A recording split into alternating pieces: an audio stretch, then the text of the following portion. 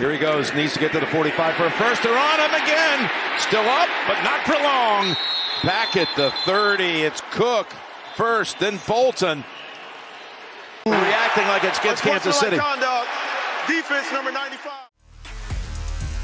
You are listening to KC Sports Network, the #1 podcast network for today's Kansas City sports fans. With former players from your favorite teams, informed perspectives, and former insiders, this is the place for you. KC Sports Network is proudly presented by Emprise Bank, your partner in possible.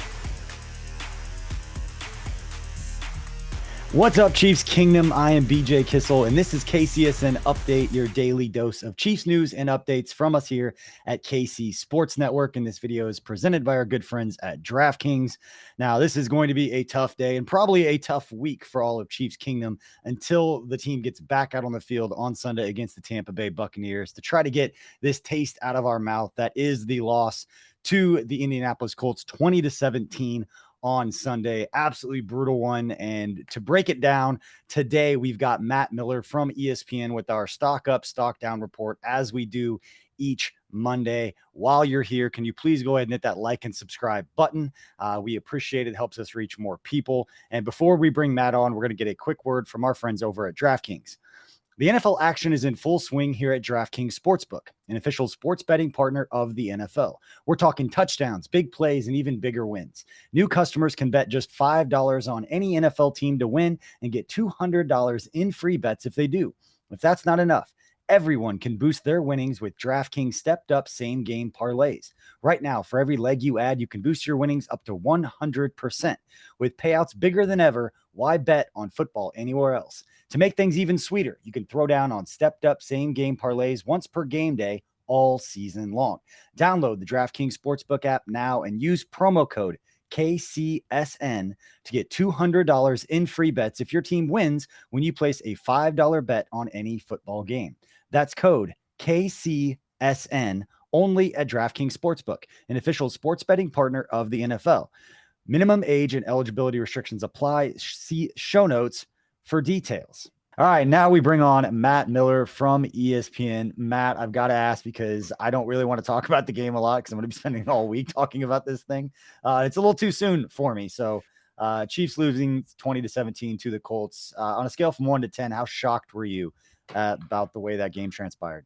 I'll say a 4, and I know you probably don't believe me, but I promise. I was driving Saturday night talking to my brother Mello, who I think everyone probably knows. We worked together, and said, I can't believe the line is 6.5. And he was like, dude, crazy things happen when the Chiefs go to Indy. Like, you know this. And I was like, that's what talked me out of hopping over to Kansas and placing a little DraftKings bet on that, was because of that conversation. So not surprised.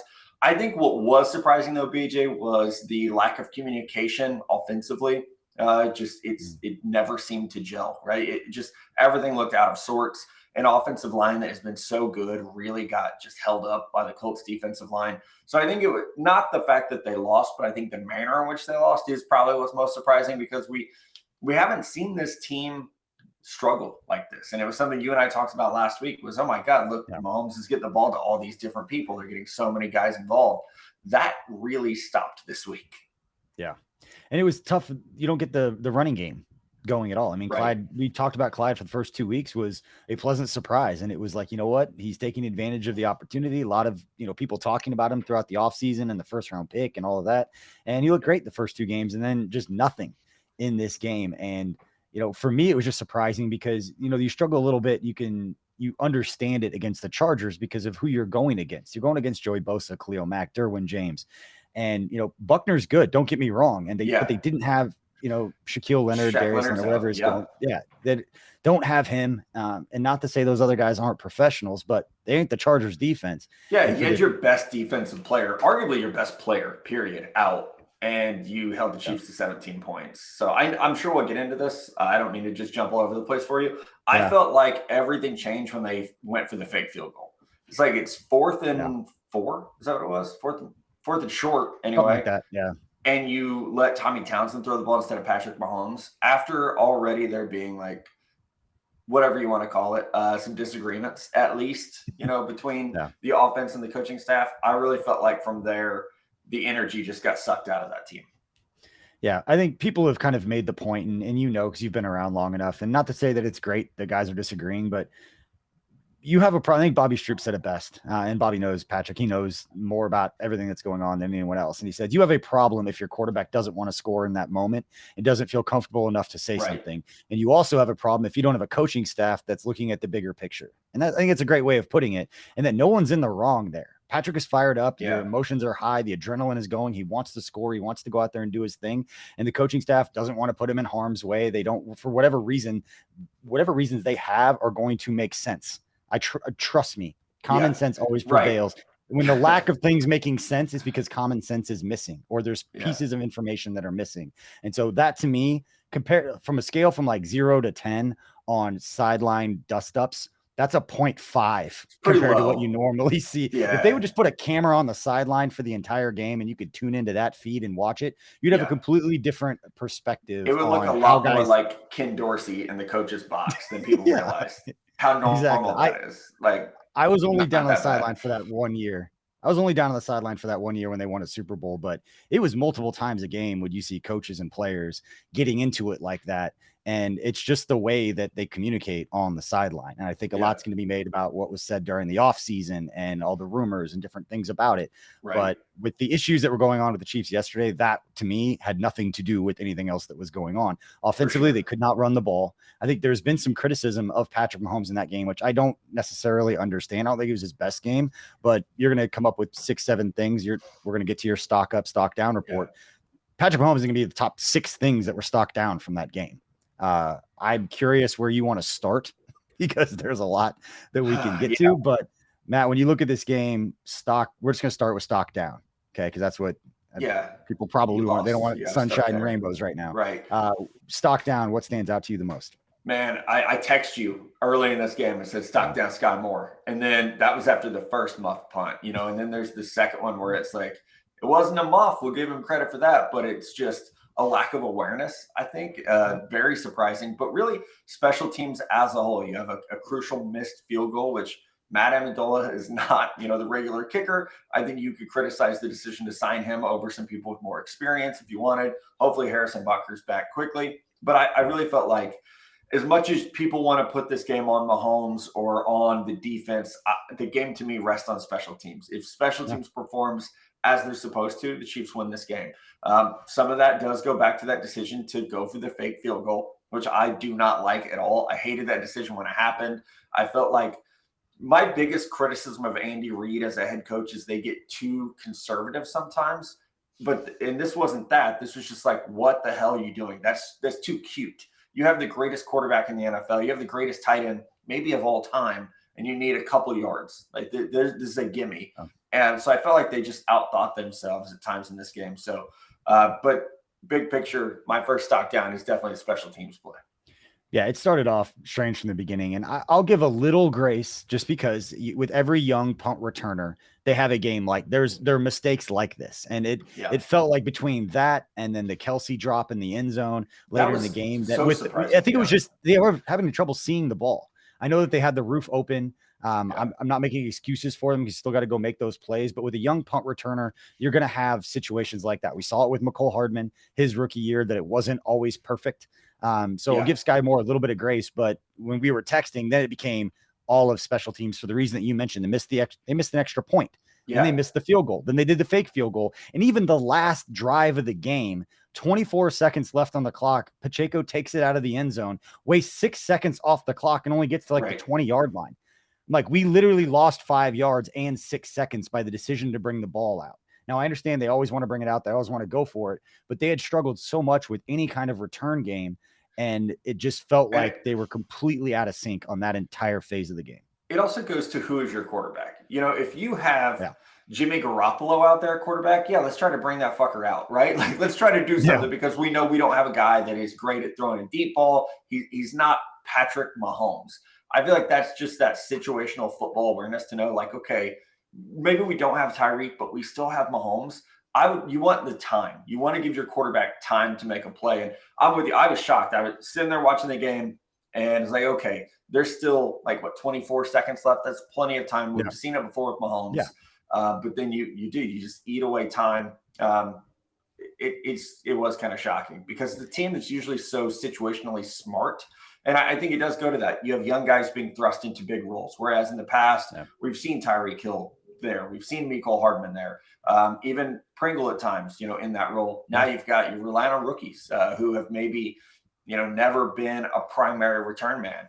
So I think, that's something that's probably not going to happen again this year. They're going to learn from those mistakes, but it does go back to coaching, in my opinion. Yeah, and this isn't sunshine and rainbows and all that, but we've seen the Chiefs struggle before. We've seen them have bad losses, and they always figure it out. Very rarely, and I can't remember, definitely not since Andy Reid has been in Kansas City, do these things linger for too long. I mean, we saw them start 1-5 one season. They turned around and came back and won the division.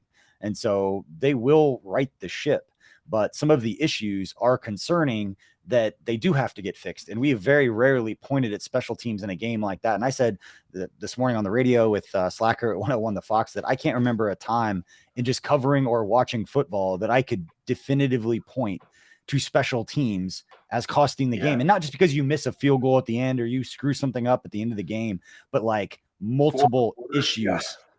Multiple issues. And then outside of that, it was players not executing. It was decision making. It was literally a little bit of everything that led to the Chiefs to that loss. But again, there's nothing you can do about it now. But the only saving grace for the Chiefs is that the Bills lost and other teams around the AFC lost as well. The Chargers getting smoked by Jacksonville was really surprising. But then again, it just pisses me off because, man, you really had a chance to separate yourself 3 weeks into the season and solidify yourself as the leader for home field advantage and all those things. So, and that's what last night I saw Chiefs fans be like, well, hey, the Bills lost too, or hey, the Chargers and Raiders lost. It's like, guys, you're missing the point.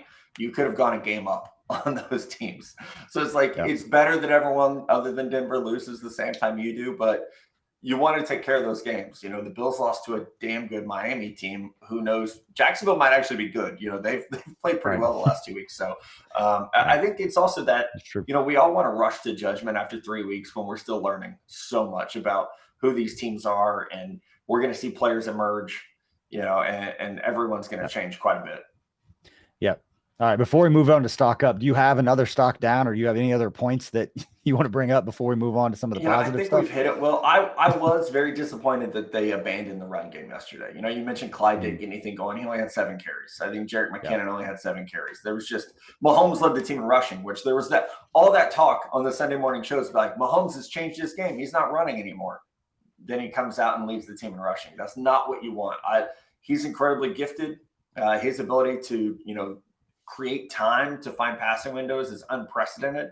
I do think this is not a player you want leading your team in rushing, though. Yeah, I'm going to be curious. The only other stock down I have, and I'm hesitant to bring it up now or really get into it, so I'm going to add the disclaimer that I want to wait till the All-22 comes out. I want the KC Lab guys, Craig, Kent, Maddie, a chance to get the All-22, watch the film, and then listen to the KC Laboratory tonight. If you're listening to this or watching this on Monday at 8 o'clock, they will go live, and then Matt Castle, Matt Hamilton do the breakdown on Wednesday where they really get into stuff. But the offensive line, to me, for those same reasons, as far as the running game not getting going, this was not a game that I didn't expect the Chiefs offensive line to not, I don't say dominate up front, but to really get things going like they had done over the first 2 weeks, and felt like this wasn't a front this wasn't one of the best 3 fronts they faced. This was, if I had to rank the Cardinals, the Chargers, and the Colts, I would not put the Colts in the top 2. Yeah. So maybe at the end of the season that opinion will change and we'll show, hey, they're much better than we gave them credit for. But at this point right now, I'm not ready to say stock down with the offensive line. But I will say that it was really surprising that they couldn't kind of insert their will up front. So jury's out on that one, but let's move to stock up. Who was a pleasant surprise for you coming out of that disappointing loss? Man, I feel like I say it every week, but Nick Bolton with another huge game. And I promise this isn't just me like doubling down on my preseason prediction about him, but it's, we see him making plays in the backfield, 2 sacks, some pressures. He was everywhere, second on the team in tackles. That's the type of game that you need to have. And I think for him, he's not just emerging as the best linebacker on the Chiefs. He's emerging as one of the best young linebackers in the NFL. And he's going to have to step up with Willie Gay out for a couple games, and he did. And he did against, I think, the best running back in the NFL, Jonathan Taylor. Yeah. He did against a very, very good interior offensive line. So I think it was overall an impressive day for Nick Bolton, where he is becoming that, force on defense. I don't want to say he's a leader yet because I haven't been up there enough to know like what the culture is like in the locker room, who's filling that leadership void. But certainly seems like he's someone that is tailor made for that role. Yeah, and I would go as far, and you bring up a great point because I thought the fourth down stop would be sitting here celebrating Nick Bolton had the Chiefs finished out that game. If Kelsey had caught the touchdown, I know he took responsibility for that after the game, which was tough. And you don't see Travis Kelsey not make plays like that. And we haven't even got to the Chris Jones unsportsmanlike penalty, and I want to talk to you about that because I'm very torn on how I feel about that, because in part of my brain is saying that is completely stupid and he should not have done that in that situation. 3rd and 6 with 5 minutes to go, you're leading, you have an 8-yard loss on a sack, like the game's over. So you don't have to say anything, but at the same time, that's the softest flag I may have ever seen at an NFL game. He was not raising his voice. They were barely even yelling. And if you've ever been on a sideline or near the first few rows, the referee, Sean Smith, told the pool reporter via Sam McDowell, the Kansas City Star, said that it was vulgar language directed at an opponent. That's a third or half of NFL plays. Like, you could throw a flag on every single play, and to throw it in that situation, I don't know what he said, but that's the thing. It has to. I'm trying to give Chris Jones the benefit of the doubt, but the other side, like where the logic center of my brain kicks in, and is like, he had to say something pretty damn bad to get a flag at that moment. Right. If we're assuming the NFL officials are fair and unbiased and just like they're there to get the game over with and everyone home safely, then you have to say something pretty awful to get the flag at that point. I know quarterbacks are protected. Someone's got to be mic'd up so we can eventually hear what came out. Or Matt Ryan is not the kind of guy that will like run to the media and be like, here's what he said about me. But I'm with you. Like, Chris Jones has to be smarter. But at the same time, you probably don't think you're getting a personal foul for talking when, we've seen much worse happen and nothing, no flags are thrown. Yeah. And not in that situation. And I know you want to be black and white with the rules, but Sean Smith, that he put the game in his hands by throwing that flag. So whatever better have been worth basically costing the Chiefs a real chance at a win now. And I'll talk out of both sides of my mouth as well, because the Chiefs running game was non-existent. So they get the ball back with 5 minutes. There's nothing to say that they were going to take any time off the clock and that it would have resulted in a win. If they were averaging 5 yards a carry and the running game was going, the offensive line was dominating, then it's yes. But that was not the case at all. So it was going to be dink and dunk, and hopefully they don't incomplete passes and the clock doesn't get going, because we've all watched Andy Reid. We know how that may have played out. Especially with the amount of man coverage they were playing. But going back to the original point, I thought the defense did a great job overall. I mean, 5 sacks in that game. Again, Nick Bolton, that 4th and 1 play, we'd be sitting here talking about, him as a, Pro Bowl, like you said, one of the, something. I was going to say like all pro, like there's some good players out there. But again, to your point, one of the best young linebackers in the league who's blossoming, who's going to be atop the league if he stays healthy in total tackles. I know Darius Harris had a big game. I know he got picked on a little bit with that first touchdown. But I thought he really came into it. I was talking to Kent Swanson during the game, and it felt like as the game went on, Darius Harris, got a little bit more comfortable, started playing well. But Jalen Watson had another couple of really big pass breakups. The other thing that we talked about last night, I'm curious your thoughts on this, is that it felt like, Steve Spagnuolo, I think, had one of his better games. Every time he dialed up a blitz, they were getting pressure. But at the same time, when they weren't calling blitzes, they weren't getting a lot of pressure.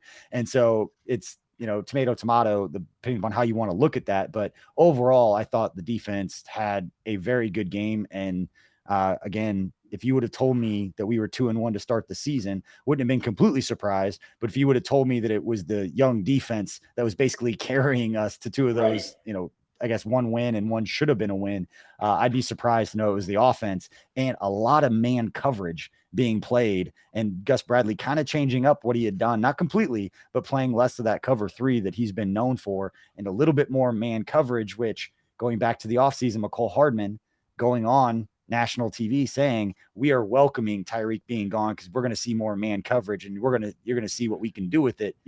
They're seeing a lot more man coverage, and it hasn't really clicked yet. Not yet. And I think that's why Travis Kelsey was such a huge focal part of the game yesterday, because there was man coverage. And it goes back to that trust. Like, who does Patrick trust to beat man coverage consistently? And I think as great as 15 is, like, there are times where it's okay to be somewhat critical or questionable, like question at least. And that was the one thing yesterday. It just felt like even I guess we're calling it a drop. That would have been an amazing catch, in my opinion. So I don't know why Travis is completely taking all the blame there. But there were just times where I think we have to see Mahomes get to those second, third, fourth options, which we were praising him for in weeks 1 and 2. But yeah, I mean, the lack of run game was shocking. To your point, the defense, yeah, I mean, I did not expect them to be this good this early. Your guy, George Karlaftis, is making splash plays every week. The secondary, like when Trent McDuffie went down, was like, okay, well, here we go. Here's a soft spot. But, Jalen's played really well. I mentioned Snead has stepped up. I think the safeties are working very well together. We're seeing more Brian Cook, which is great. But I do think that you now have a defense that if you have an off week offensively, you should still be able to win games. Obviously, that didn't happen yesterday, but some of that goes back to special teams, which you only talk about when it's really bad or really good. Yeah. I mean, the Colts scored 2 touchdowns. One of them was gifted because they got the ball on the 4-yard line after a muffed punt. And the other one was gifted because of Chris Jones' penalty. Those are the only 2 drives that they had that were over 46 yards in that game. Yeah. And so that's the frustrating part. But game, those 14 points really, really matter. Yeah. Frustrating. But to your point and to what, Mello had said, just weird things happen in Indy. And so people had, talked about it beforehand, and you just get caught up in there's no way Patrick Mahomes, Andy Reid, Travis Kelce won't have answers for what they're trying to do. But if a third of your team plays the worst game that we've seen in the 10 years that Andy Reid and Dave Tobe have been together, you can't overcome everything when it's not an A-plus performance in the other areas. So, Matt, before we let you go, I want to get your thoughts since you do NFL draft, you do a lot of college football. How about K-State? And I'm going to give KU. I'm going to throw KU in there. Yeah. I grew up a KU fan, and run a network that covers KU football. We'll ignore Mizzou for right now. But how about those Cats and those Jayhawks? I asked you last week to take care of Oklahoma for me, and you guys did it. So thank you. I said it in jest, but you did it. So at KU, they should be ranked. That's it. That's the tweet. They should be ranked. It's kind of shocking that they're not, but we know that these voters are very set in their ways at times, and it's probably going to take. I also don't think a lot of the voters realize how good Duke was. That was an undefeated matchup. So a lot of people are just like making the joke about it, but the basketball game. But I think for KU, great win, obviously, and for Adrian Martinez, who I am a fan of, the way he's handled himself through all the adversity at Nebraska to where he's at now. That is that's a career-defining win for him. That's something that he's always gonna have. Despite not living up to expectations at Nebraska, that's a win you're gonna remember forever. So that's why he transferred there. Exactly. Yeah. That was the game. Great win, one of the games for him. And I'm terrified of both of those teams as a Texas Longhorn fan, given that we are back to not being able to tackle. So it's a lot of fun. All right. Well, I appreciate you giving us the thoughts on the college football. Matt Miller from ESPN. Can you tell us what you're working on right now? Where can people find your work if they're not familiar? Yeah, we're almost to the quarter mark of the college football season. So a lot of my work right now, updating big boards, getting ready for mock drafts. I know Chiefs fans are 14 weeks away from caring about that type of thing. But for those fans who are out of the playoff race almost already, like the Raiders who are 0-3, then there will be a lot of draft coverage coming out on ESPN and ESPN+. All right. That's Matt Miller from ESPN. And everybody, we appreciate you for tuning into this episode of KCSN Update, whether you're watching on YouTube or whether you're listening to the podcast version. We appreciate your support. Please go ahead and like, subscribe, follow, whatever platform that you are listening on. We appreciate your support. Let your friends know about us. We are 17 months old, and we are setting records for the company each and every month. And that is due completely to your support of what we've got going on. We've got about 18 Chief shows per week. So we've got something for everyone. They're all built a little different personalities, different styles. So we try to make it to where there's something for everyone, depending upon the type of content you like. That is by design, and we appreciate all of your support. Until next time, make sure to catch the Laboratory tonight at 8:00 going live on YouTube. You can catch the podcast after, and lots more great content throughout the week as the Chiefs get ready for the Bucs on Sunday. All right. Until next time, everybody. We'll see you later.